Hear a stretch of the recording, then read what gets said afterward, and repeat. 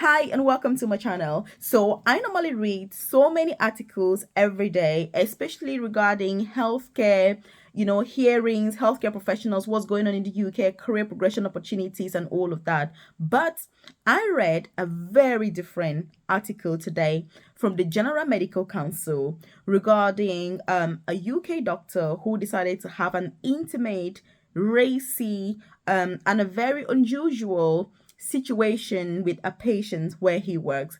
So I was like, I'm definitely going to share these because I've done a video previously on this channel on the consequences of having personal relationships with your patients if you are working in the UK, and worse still if you are a healthcare professional. So in today's video, I'm going to be telling you this very interesting story of this doctor, but most importantly, I was fascinated by the response from the General Medical Council, talk less that of the doctor himself.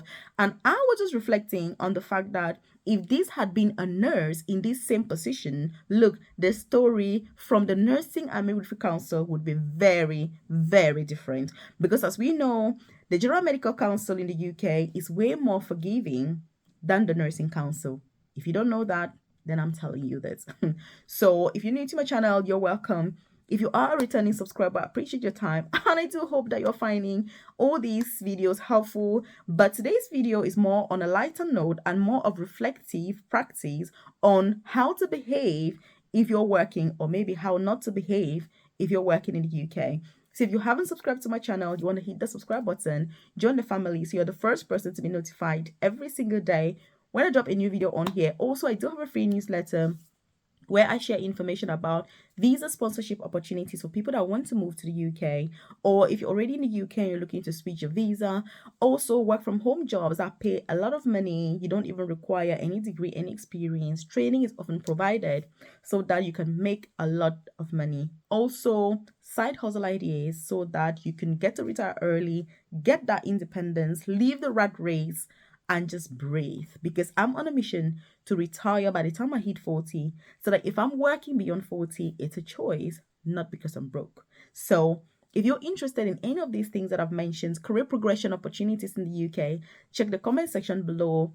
You see a link to my newsletter. Once you join, then I send that information directly to your inbox as and when it becomes available. It won't take you 20 seconds to join. Like I've said, drop your name and email and bang on, you're part of it. So what is today's video about? What happened to this doctor? So this doctor obviously is a UK doctor. Apparently he was working in the UK, moved to New Zealand, and then came back to the UK. So he works at a surgery. Obviously he's a GP, general practitioner. He went on a dating app, met somebody on a dating app, and then noticed that this person lives very close to where he works. Very tempting, right? Because when you met somebody on a dating app and you're like, I'm going to just Google you, where do you live? You realize that they're so close to your surgery. It's very tempting then to think, if they're so close to my surgery where I work, could they be a patient of mine? So this was an unfortunate situation that happened to this doctor. He decided to Google and he checked and found out indeed that this patient was registered as a patient in his surgery. But look, things didn't even end there. I think it's like when they say village people are, on your case, like when it's like you're going to lose this job, then you're going to lose the job. So he obviously discussed it with his patients, and the patient was like, I've got a brilliant idea, doctor. I'm your patient. Why don't we fake a consultation so that I come over to the surgery, but instead we use that time to have an intimate encounter? When I read this, I was like, I'm sure this doctor would have been professional. He would have been like, no, this is not something that I could do. It's not possible. It's against my medical ethics. It's against who I am as a doctor and all of that. But no, the doctor didn't do that. Obviously, he fell for it, organized a consultation with the patient, obviously the supposed patient, who turns up in the surgery. He falsely documented a mental health assessment for the patient when he had not obviously conducted a mental health assessment. But what they had done obviously is had an, you know what I mean? Like, how do I put this? Because it is the most awkward thing that I've had to read in a very long time. And when I was reading, I was thinking, This sounds really terrible, but at the same time, you know what I mean? It's like crazy things that people get to do. So they basically faked out a scene from like a triple X kind of movie. You get what I mean? You get the gist here, because by the way, this is for adults only kind of conversation. So they kind of faked up, the consultation, but they were actually just having intimate relations at the surgery where he works with other people, seeing patients in the. I'm like, this is crazy. But anyway, that was what they did. And then obviously the patient left the surgery. And apparently, they had 6 other consultations, and then the patient later on threatened to report the doctor because he wanted some money. Somehow when I say village people are involved, it's gonna come back crashing on you before you know it. And by the way, if you're not aware, I do have a private career coaching program where I support with getting healthier jobs in the UK, visa sponsorship opportunities in the UK, getting into healthcare, you know what I mean? Healthcare courses, apprenticeships, working for the NHS. And obviously, that's why when I saw this case, I was like, GMC, I'm going to read it till the end. If you're interested to know more about my private coaching program, check the description box below or the about section of this channel, and you're going to see a link to join. Once you join, you get that tailored, individualized guidance. What's best for you? How do you position yourself, your CV, the opportunities, who is recruiting, how do you apply, what about the interview, how do you prepare, how do you present yourself, how do you behave as a healthcare professional in the UK. There's a lot that we go through in this program to make sure that, like this doctor, you don't fall prey to situations like this. Because I tell you, if you're a nurse in the UK and you do something like this, or you're a carer, which happens all the time, you're going to be sacked instantly. Like I said, the GMC, which is the General Medical Council, that, is the regulator for doctors, they are way more forgiving and way more supportive towards their people, the doctors. But if you're a nurse, I know I've seen instances with the NMC in the UK where a nurse has been sacked and struck off because they messaged a patient on Twitter, things like that. But the GMC wouldn't just like sack a doctor for that. So again, you need to be careful with the way you behave. Healthcare is a delicate profession. Working in the UK is delicate. If you're coming from another country, you need to understand the rules, the regulations, the expectations that come with being a healthcare professional in this country. And there's one of the rules, an unsaid rule, that you do not date your patient. You do not date your patient ever in the UK.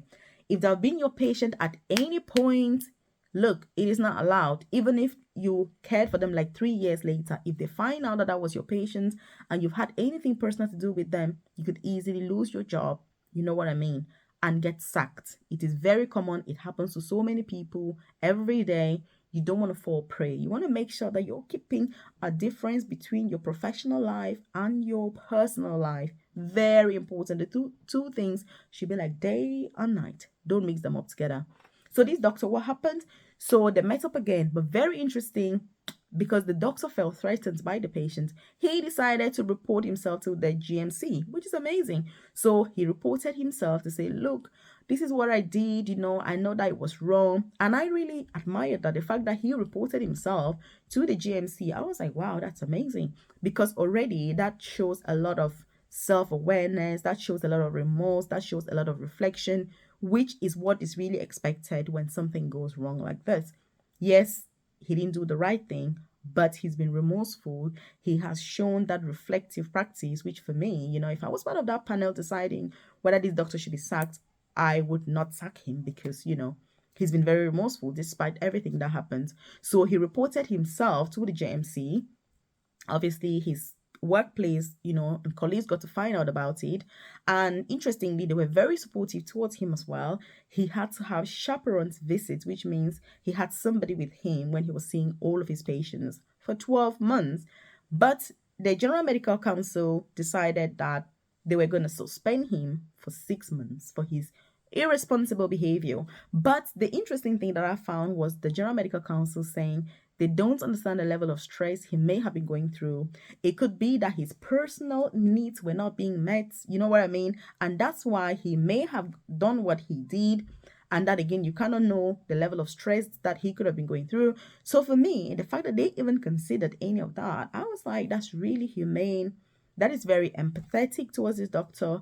And I felt a strong sense of support from the GMC as well as the surgery towards this doctor. So yes, it's been a very unfortunate event, but I think that the way everything has unfolded, it shows the level of support that we should have as healthcare professionals, which I appreciate that. In nursing, for example, I don't think that would have happened. I think the nurse would have been sacked immediately and struck off from the NMC, and everybody would have been like, how awful is this? You know, you should never be a nurse. That's what would have happened. But I'm glad that this doctor is a doctor and he's been able to not get away with what he's done, but he's had the support that he needs in order to continue his practice, after the period of reflection as decided by the GMC. What do you think about this case? What do you think about this doctor? Any lessons to learn? Again, it is what it is. So check out these other videos that I've linked up here just to give you more information about opportunities in the UK. Thank you for your time, and I'll see you in